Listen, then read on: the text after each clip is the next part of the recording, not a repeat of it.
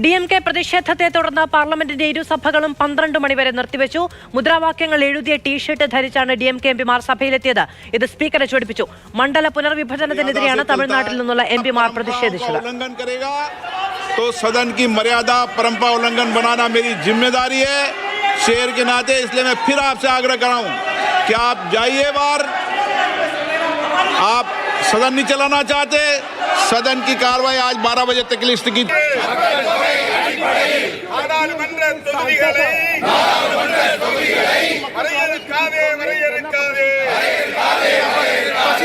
P Basant വിവരങ്ങളുമായി ഡൽഹിയിൽ നിന്ന് ചേരുകയാണ്. ബസന്ത്, സ്പീക്കർ ഈ ടീഷർട്ട് ധരിച്ച് മുദ്രാവാക്യങ്ങൾ എഴുതിയ ടീഷർട്ട് ധരിച്ച് പാർലമെന്റിലെത്തിയ അംഗങ്ങൾക്കെതിരെ രൂക്ഷമായ ഭാഷയിലാണ് പ്രതികരിച്ചത്. പാർലമെന്റ് പരിസരത്തും പ്രതിഷേധം തുടരുകയുമാണ്. ഈ മണ്ഡല പുനർനിർണയവുമായി ബന്ധപ്പെട്ട് കേന്ദ്ര സർക്കാരിനെതിരെ ഉന്നയിക്കുന്ന DMK ഉന്നയിക്കുന്ന ആക്ഷേപം എന്താണ് അവരുടെ ആവശ്യം? മണ്ഡല പുനർവിഭജനത്തിനെതിരെ DMK കഴിഞ്ഞ ഏതാനും ദിവസമായി പാർലമെന്റിൽ പ്രതിഷേധം സംഘടിപ്പിക്കുന്നുണ്ടായിരുന്നു.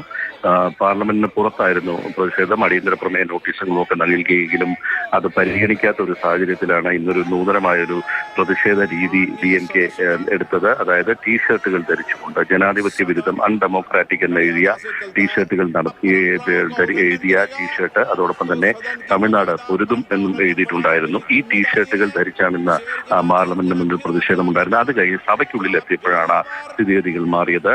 ഇത്തരം മുദ്രാവാക്യങ്ങൾ എഴുതിയ ടീഷർട്ടുകൾ ധരിക്കാൻ പറ്റില്ല എന്ന് ചട്ടങ്ങൾ ഉദ്ധരിച്ചുകൊണ്ട് സ്പീക്കർ വ്യക്തമാക്കുകയും ചെയ്തു. സഭാ നടപടികൾ മുന്നോട്ട് കൊണ്ടുപോകണമെങ്കിൽ നിങ്ങൾ ഈ ടീഷർട്ട് ഊരി വെച്ച ശേഷം മാത്രമേ സഭയ്ക്കുള്ളിൽ വരാൻ പാടുള്ളൂ എന്നുള്ള ഒരു നിലപാടാണ് സ്പീക്കർ സ്വീകരിച്ചത്. ഏതായാലും സഭയ്ക്ക് പുറത്തു പോകാനുള്ള നിർദ്ദേശം അനുസരിക്കാൻ DMK അംഗങ്ങൾ തയ്യാറാകാത്തതിനെ തുടർന്ന് സഭാ നടപടികൾ 12 മണിവരെ നിർത്തിവെക്കുകയാണ് സ്പീക്കർ ചെയ്തിരിക്കുന്നത്. രാജ്യസഭയിലും സമാനമായ പ്രതിഷേധമാണ് DMK അംഗങ്ങൾ ഉയർത്തിയത്.